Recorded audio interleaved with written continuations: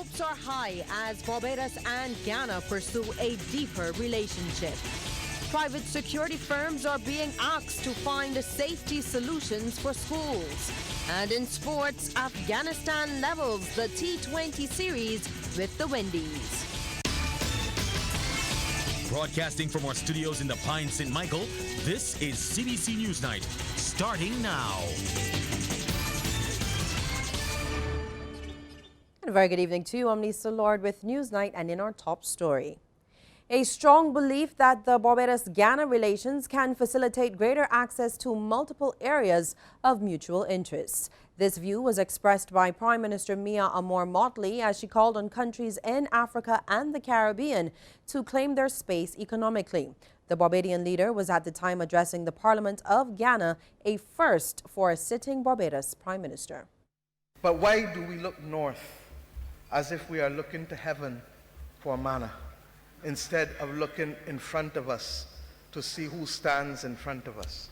If we look across the Atlantic Bridge, we see ourselves literally, and it ought to be the position of both countries, both regions. As Ghana is ready to host the Secretariat for the African Free Trade Area, Barbados is that country responsible for the Caribbean community's single market and single economy. And therefore, for both countries, we represent that hub that is capable of unleashing markets. Well, Ms. Motley identified the financial services sector as another area in which Barbados and Ghana can cooperate. She was pleased with the response to a meeting between Barbados and Ghanaian businesses. A large delegation accompanying me from Invest Barbados was able to host more than 130 Ghanaian businessmen. There was standing room only in the room with respect to being able to articulate the opportunities for cooperative investment and collaboration between the businesses of our two countries. I remind us, Mr. Speaker, governments do not trade, but individuals and business people do. Well, Ghana's Ministry of Health says its decision to export nurses to Barbados will not have a negative impact on healthcare delivery in the country. Now, initially, it was agreed in principle to send 375 nurses, but the foreign ministers of Ghana and Barbados, on behalf of their governments, signed an agreement for the recruitment of a total of 120 nurses. Now, the total number includes 12 cardiac care nurses, 21 critical care nurses, 8 emergency room nurses, 6 operating theater nurses, 3 ophthalmic nurses, and 70 registered general nurses. Minister in the Ministry of Finance, Ryan Strawn, says the bus service should improve by next summer. He says the Transport Board is in the process of acquiring 50 buses. The tendering arrangement is being completed at the moment, and we anticipate that sometime in the middle of next year we should be able to see those buses coming onto the roads of Barbados. But the Ministry of Transport and Works and Maintenance will advise and keep the country up to date with respect to those details.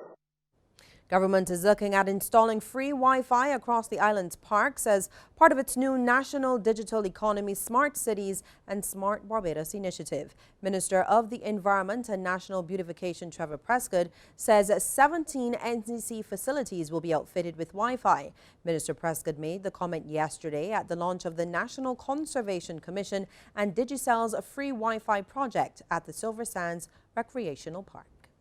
The creation of free and basic Wi-Fi across the island's parks is a means of powering the new national digital economy, smart cities, and a smart Barbados, the smart Silver Sands. This in turn will act as a catalyst for growth, connectivity, innovation, and fully integrated platforms for social and economic development and activities.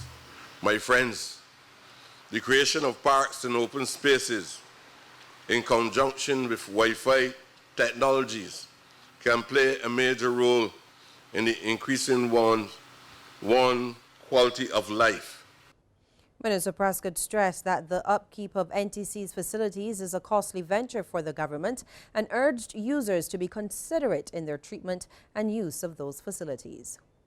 I wish to emphasize at this juncture that these facilities are provided as at a considerable expense to the taxpayers of Barbados, and therefore strongly urge that as we provide them, and that the users be very considerate in their treatment and the use of the facilities.